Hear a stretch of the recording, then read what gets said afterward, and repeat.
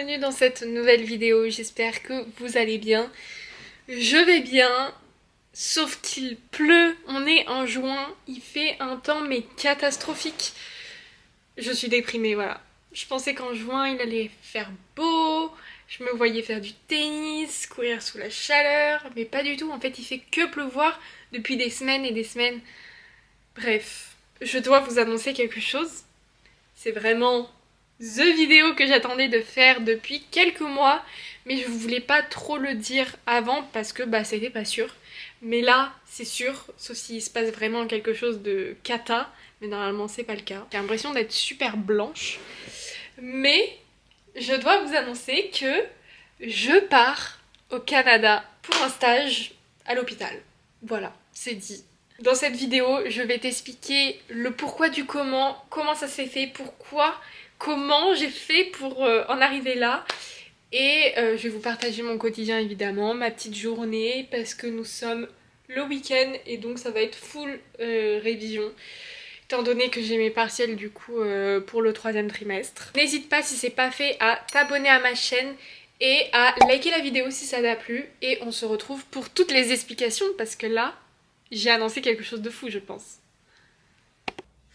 Hello, moi c'est Emma et bienvenue sur ma chaîne. Ici, tu trouveras du contenu sur la médecine car je suis étudiante en médecine. Mais pas que, tu vas me trouver aussi dans d'autres vidéos un peu plus fun où on va parler de voyage et de nourriture. Donc si t'es ready, je te laisse avec la suite de la vidéo. Bon, je vais vous expliquer tout en faisant mon petit goûter parce que j'ai un petit peu faim. Mais il faut savoir que j'ai toujours voulu, j'ai toujours aimé déjà voyager de base. J'ai toujours voulu, je sais pas, faire un voyage assez long à l'étranger. Et comme je vous l'avais dit dans une de mes vidéos que j'avais fait, notamment de pourquoi j'ai voulu arrêter médecine, et ben j'expliquais voilà, que je voulais prendre 1 an de césure et que dans cette année de césure, c'était prévu que j'aille faire un voyage à l'étranger, plus ou moins long quand même par rapport à ce que je voulais quoi. J'ai toujours été attirée pour faire un voyage à l'étranger vraiment, mais je n'osais pas parce que déjà de 1, je ne savais pas que c'était possible en fait de le faire à ma fac. Vraiment, en fait je le savais sans trop vraiment le savoir, mais je sais pas, j'ai toujours voulu mais je m'étais jamais lancé le pas. Aussi parce que j'aime bien être dans ma zone de confort, j'avoue, et tout ce qui est administratif et tout, enfin bref je vous expliquerai mais c'est pas mon truc du tout. Et en fait je me disais ouais c'est pas possible avec mes études et tout, j'aurais pas le temps, je dois faire d'autres choses.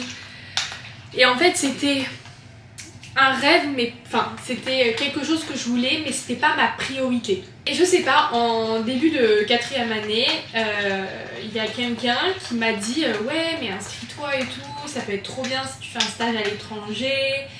Et je me suis dit, en fait j'ai même pas réfléchi 2 secondes et je me suis dit vas-y on tente. De toute façon là c'est les renseignements, je vais voir si ça me plaît, voir aussi ce que la fac me propose comme pays pour voir si ça me plaît, parce que bon, si on me propose des pays où je suis pas du tout voilà, je vais pas le faire. Mais je me suis dit vas-y, de toute façon là tu prends les infos et puis ça t'engage à rien. Donc début d'année, je vais en fait aux réunions, ils nous expliquent et tout, et je me dis en vrai trop bien, genre ça peut être trop bien. La fac moi me proposait 1 mois de stage, donc ça va.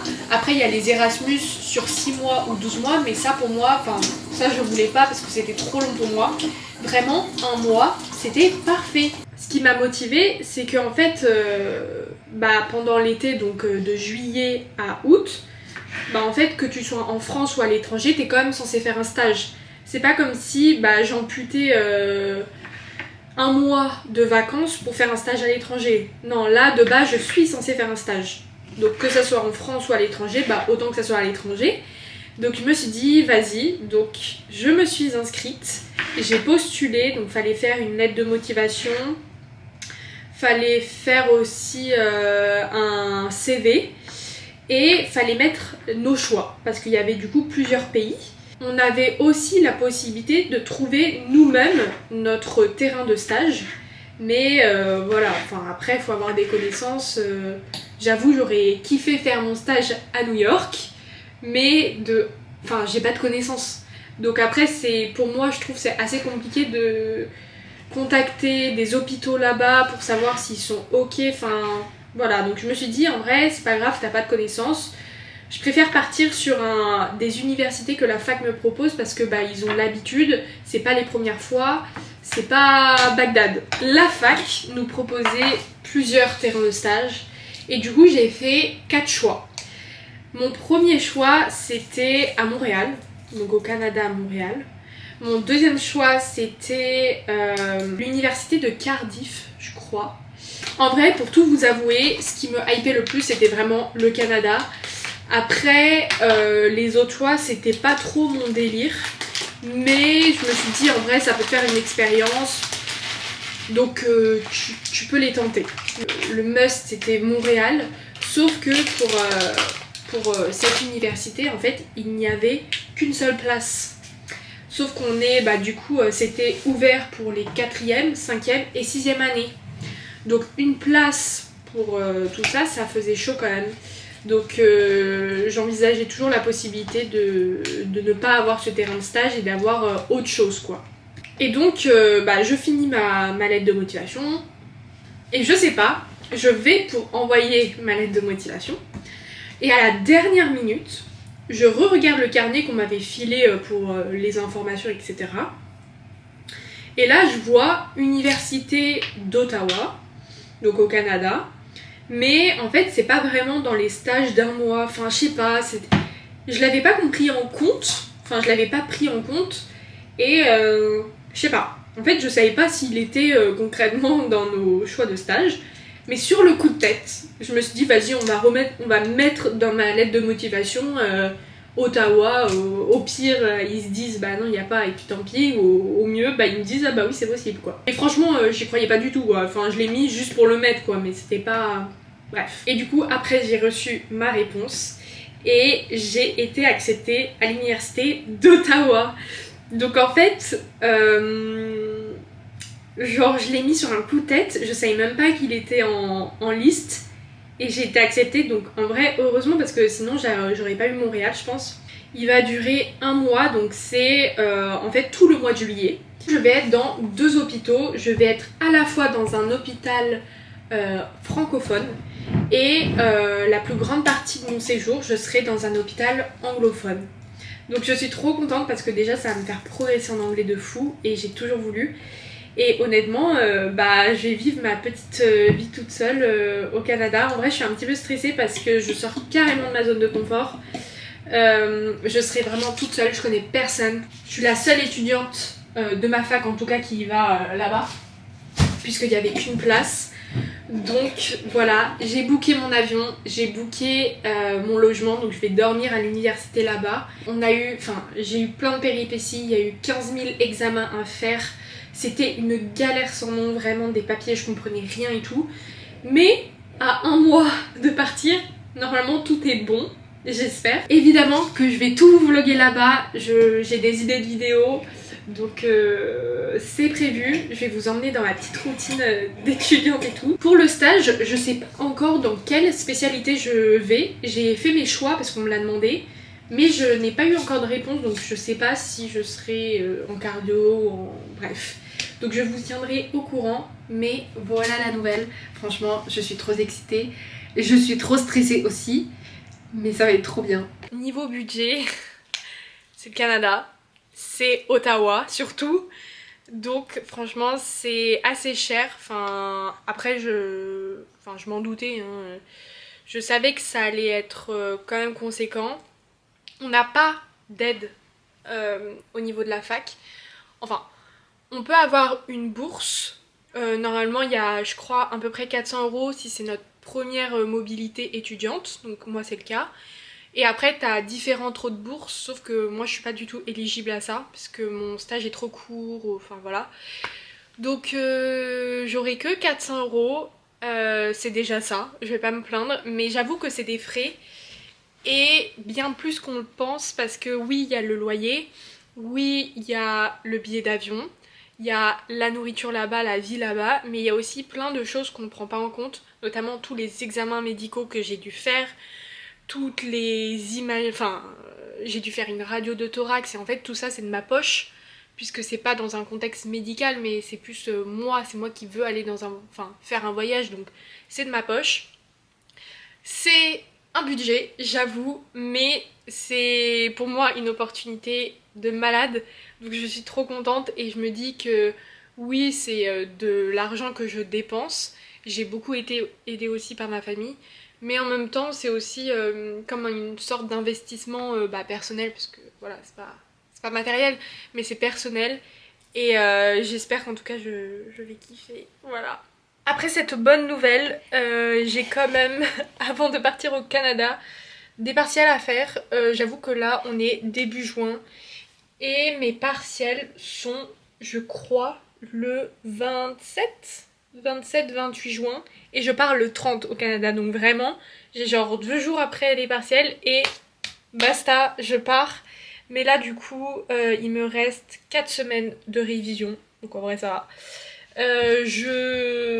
J'avance à mon petit rythme, franchement je me prends pas la tête, sachant que honnêtement là les notions c'est vraiment j'approfondis, mais là si je dois passer les partiels maintenant à 4 semaines de mon partiel, ça devrait le faire, donc je suis pas très inquiète. Ce que je vais faire, c'est qu'il est 16h20, donc je dois dans un premier temps réviser un petit peu l'ophtalmologie. Une conférence en néphrologie, c'est une matière que j'ai faite au 2e trimestre, sauf que j'ai une conférence à faire, donc au moins ça va me faire un petit peu réviser pour pas oublier les notions. Et je dois faire mes ancrages EDN, donc j'ai ces 3 choses à faire. Et dès que j'ai fini, je vais aller faire un peu de sport.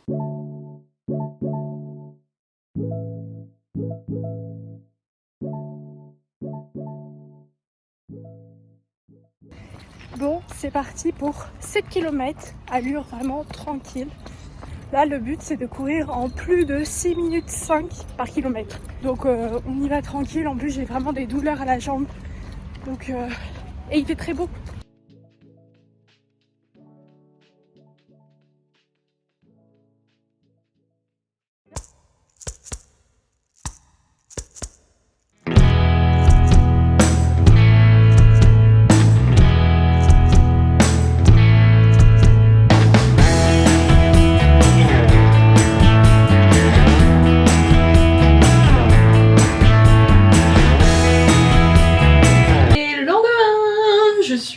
Habillée pareil, c'est ma tenue du week-end, d'accord? Mais du coup c'était très bon le restaurant hier, je vous ai pas trop update. Mais du coup là je me suis réveillée un tout petit peu plus tard que j'ai l'habitude, à 7h40. Et c'est pas folichon, mais j'aime bien me lever tôt, bref.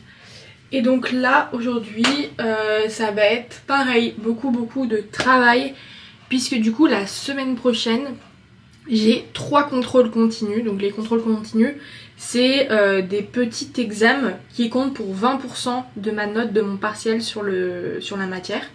Donc j'ai en ORL, j'ai en santé publique, médecine légale, médecine du travail et j'ai l'ophtalmologie. Souvent en fait les contrôles continus c'est très facile. Enfin moi je les trouve très faciles parce que déjà c'est toujours des QCM. Mais on te dit combien de réponses sont bonnes puisque c'est du rang A. Pour ceux qui ne savent pas, en fait, dans les collèges, donc dans les livres de référence pour le concours, il y a rang A et rang B. Les connaissances de rang A, c'est des connaissances de base que tu dois avoir, que tu dois bien maîtriser. Et c'est notamment là où tu dois avoir au moins 14 sur 20 sur ces connaissances.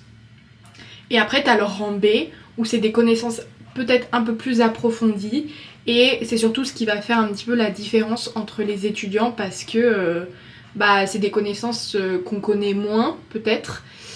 Donc bref, et en gros nos contrôles continus c'est uniquement sur le rang A. Et dès que c'est du rang A, en fait, au concours, ils nous mettent combien de réponses sont bonnes dans les QCM. Donc en fait, notre fac se calque au concours de 6ème année. Donc, t'as 5 propositions, tu sais combien de réponses sont bonnes et c'est des connaissances vraiment de base. Donc c'est assez facile.